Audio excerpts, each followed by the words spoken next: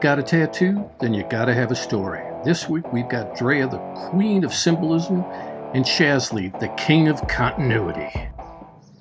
Baseball guy here in Phoenix, Arizona, and I've got Drea. Drea, what are you doing today? Talking to you. That's the highlight of everybody's week, I know, talking to me. And you know what we're going to be talking about today? We're going to be talking about tattoos, and you've got 4 lovely tattoos. In your first one, kind of a tramp stamp, but I don't want to call it a tramp stamp because it's a cross. So tell me about that one. Okay, so that was my very first one. I got it 19 years ago, just before I joined the Army. And I actually got it on my back so that my parents couldn't see it. So she didn't do it just because everyone else was doing it. And by the way, thank you for your service. But she did it to hide it, right? Yes. So I didn't want my parents to know I had a tattoo. And I actually was never going to tell them I had the tattoo. But my recruiter was warning me that they were going to ask if I had tattoos when I was signing all the documents so that they could file it in all the paperwork for identifying marks on my body. Since my mom was actually going with me to the station, I had to tell her beforehand, otherwise she would have found out while I was talking to them. So it was like, so I did it the smart way. I was like, Mom, I got to tell you something. She's like, what? I'm like, Eric has a tattoo on his back. That's my younger brother. So I threw him under the bus first. What a nice sister. And then I was like, oh, and by the way, I have one too. And then I walked away really fast. Oh my gosh, poor mom. She's feeling very, very sorry for that. No. Especially not the throwing the brother under the bus part. Poor bro. My gosh. Please don't hate on Drea right now. No. But he deserved it. But, whatever. Yes. All right, so tell us about the tattoo then. Okay, so I actually got it because of that younger brother's now ex-wife, but I went to go visit her.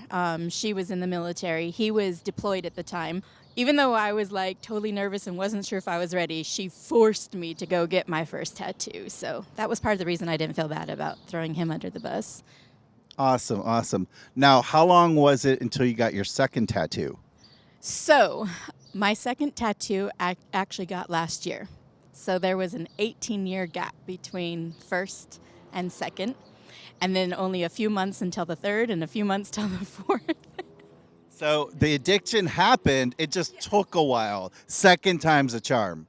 Well, I'd been wanting over the 18 years, I wanted more tattoos, but I wanted them to commemorate different things like my travel or something special.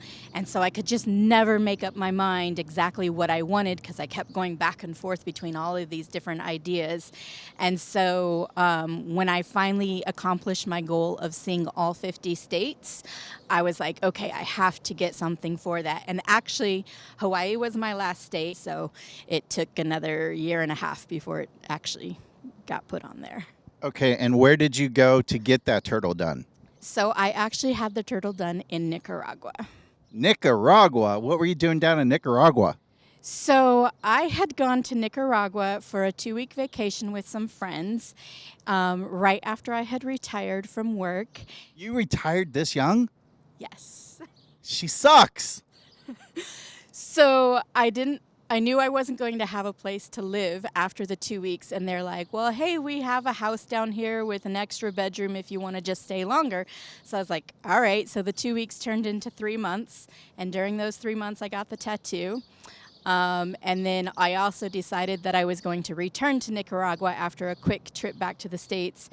And so I did end up moving back to Nicaragua, was there for 8 months, and while there the second time, got 2 more tattoos.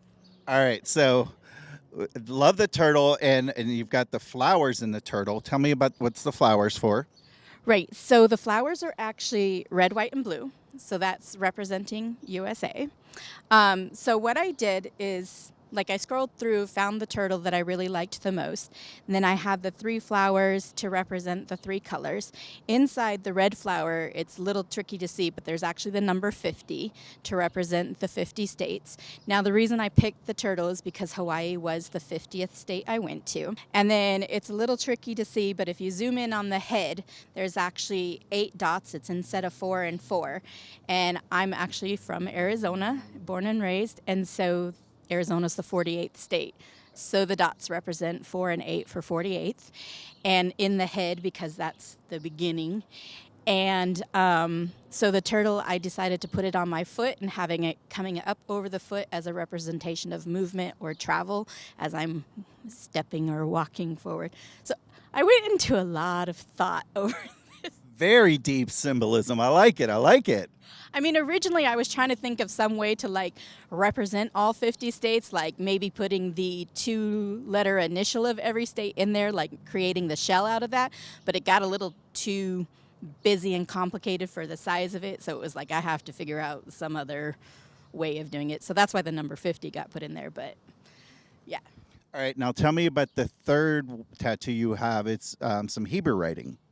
Yes. So I got that one because that was actually a tattoo that I'd really been thinking about for several years.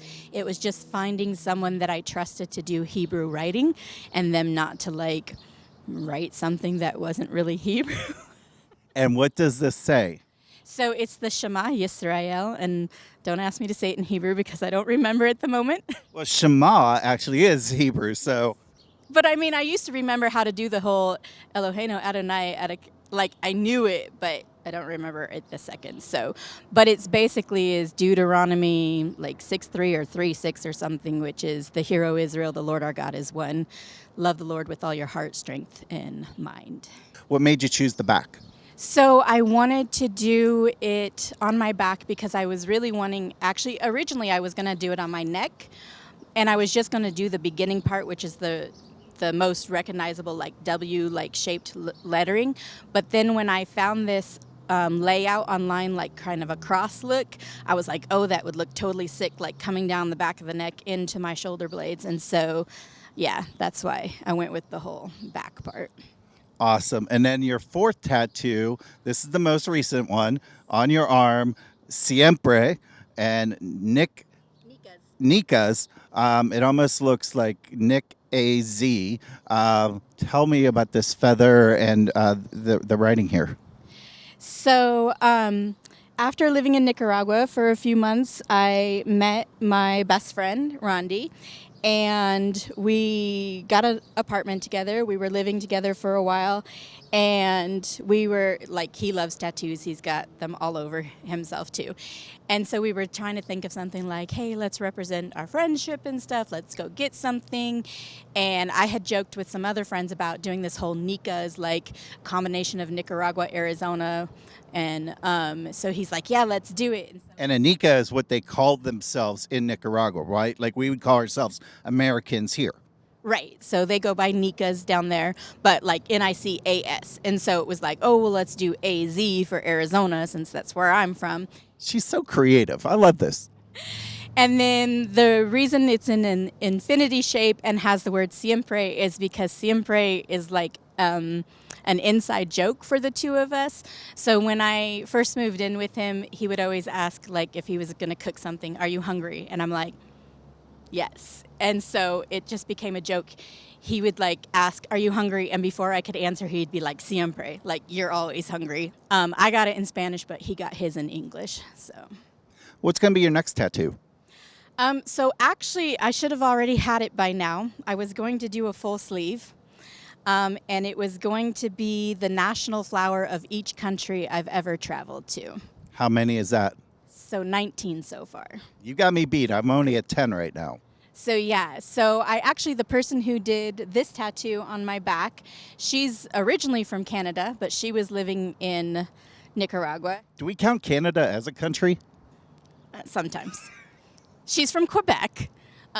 Quebec actually is a different country. It is, yes. Mela Rose is her name. She's a tattoo artist. So she did the one on the back, and then she was working on the artwork to do my arm. And then some stuff came up, and she had to go back to Canada, like right when she was about to start the sleeve. So it was going to be a full sleeve. It would have had 19 flowers. And I wanted to start here and have it basically wrapping up so that as I added, we could come across, incorporate it into the Hebrew, and then come down the other arm, because I plan on traveling a lot more. She will be siempre traveling. Yes, definitely. Well, Drea, thank you so much for sharing your stories. Some awesome stuff. Hope you can get back to Nicaragua soon. I hope I can get to Nicaragua. And I just want to say for you guys out there, thank you for watching. Like the video. Please comment and subscribe to the channel. And this is Baseball Guy and Drea, and we're checking out.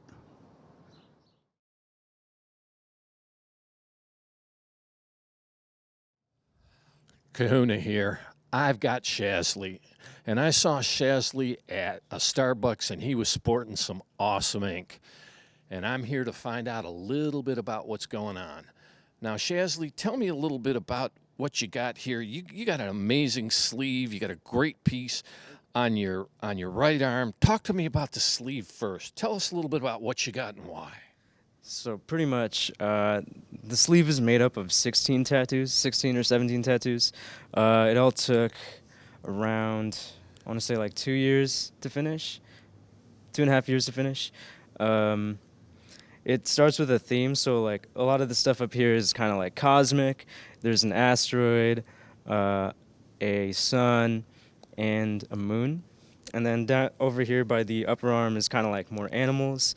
And then forearm is pretty much just random stuff. So, but yeah, it's all done by the same guy. And he made sure that even though there's random stuff here, it all kind of makes sense and flows into each other. So, how did we go from asteroids to animals? I mean, who came up with that? honestly, it's just when I think of the ideas, it's just kind of... I just think like, oh, it would be cool to have a sun on me, or it would be cool to have a moon.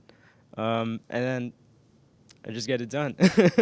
It's not, I don't really, there isn't like a super deep meaning to a lot of them here, but. Hey, if it looks good all together, then that's a pretty deep meaning there, because some stuff just doesn't go together. Now, let me ask you this. When you're sitting down, you're trying to figure out what to do, did you come in with an idea, or did your artist say, okay, I got an idea based on what you told me? Yeah, so usually I'll come up with the idea, but then there's some times where the idea doesn't necessarily work because, he does all my work. So, like for example, there's a skull back here, and it was originally supposed to be a crow to go in with the rest of the other animals. But so he had the stencil ready and everything, and then right before we got to it, he said, yeah, it's not going to work. But do you want a skull? And I said, yeah, sure. Like, because my thing is, like, I've gotten so many tattoos from him. I know that even if it's not something that I go in there wanting, I know that he'll bust out like a really bitchin' tattoo. So think about that, folks. He went into his artist, and the artist actually said, I don't think that's going to work. And he trusted him, which you got to do, because you know what? As you start to put a long form all the way down your arm or on your back, guess what? You want to make sure it looks good together. So that makes a lot of sense. So you've got a very interesting piece on your right arm. And it's like... Folks, it's like an eyeball. I mean, tell us a little bit about what it is and what's in there and why, what it means. So, the cool thing about this one was that I feel like it really shows the creative magnitude of my artist. Because I literally just said, hey, I want to get an eyeball with some stitches on the side. And he just went ham. And I really was not expecting it. Yeah, because... like, it was literally just some stitches, and then it took him like 2 hours to draw everything on, and he was like, yeah, I got these staples here, we got some stitches holding it open, and then there's some infections going in it, and I was like, wow, that's amazing. So, I guess for me, what I really love about this tattoo is that even though I went into it without necessarily having a meaning, it grew into having a meaning, because now this is the tattoo that I show people when I want to like promote my artist.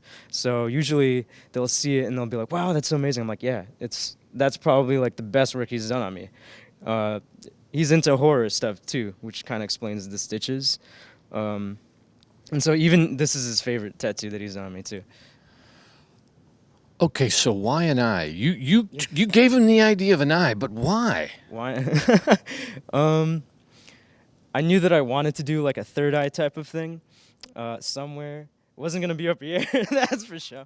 So I think that would have been perfect. yeah, me too. Same style too, with the stitches coming out and everything. Yeah, I wanted to do an eye somewhere, and to me, it goes back to not necessarily having like a super deep meaning in the beginning, but it just kind of grows to have one. So, yeah, I mean, I always knew I wanted a third eye, and it was just kind of deciding where I wanted to do it and what style. Sure. Turned out that it was going to be really scary and infected. Who knew? He's got an infected third eye, folks. Tell me a little bit about your artist, the name or his name, where he's located, so that folks know. Because you know what? If you're ever in and around the LA area, we got an artist for you. Yeah, so his name is AJ. He works at Del Rey Tattoo in Culver City. I've known him for like 3 years. He's done all my work. And it was a case where I went into it not really knowing too much about him, but he's kind of grown to becoming one of my closest friends. Like, he's honestly such an amazing guy.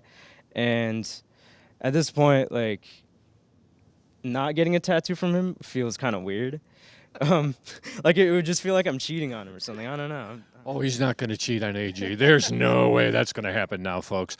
So, actually, that's pretty insightful, because we've heard a lot of people say, "Look, I've got to get to know my artist," and we became friends. Yeah, I mean, it's really interesting because, so the first piece that I did was actually from him was the Wolf and the Lion, and it was really interesting because when I was trying to get this piece done, I'd go down to a lot of the tattoo shops around my area and talk to people and like ask if they could do this piece for me.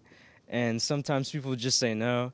Sometimes they would say like, "Oh yeah, sure, we'll hit you up later," and then it just never ended up happening. But with him, I showed him the idea, and he was immediately like, "Yeah, let's do it. Like, I have all these ideas," and he was sending me pictures, and he just seemed so invested in it, and he seemed so passionate about doing each tattoo that like I can't speak highly enough of him, and I can't thank him enough. Chesley's invested here, and so is his artist, and that's just incredible. Now, you told me you're a writer. Yeah. Are you working on anything now? Yeah, I mean, I'm working on a young adult fiction series. I have the plots for about 12 books. Right now I'm working on the first one. All right, so folks, eventually you're going to see Chesley in print. We're going to make sure that hopefully we interview him after he becomes famous. Because, when you got ink and you can write, you'll be famous, right? I want to thank you. I appreciate you talking about your story and your artist. I think you got some badass ink there. This is Kahuna. I'm with Chesley. I want to thank you folks for watching this story, and I want to make sure that you hit like, notifications, and subscribe to Tat-Stories. With all that said, Kahuna is out.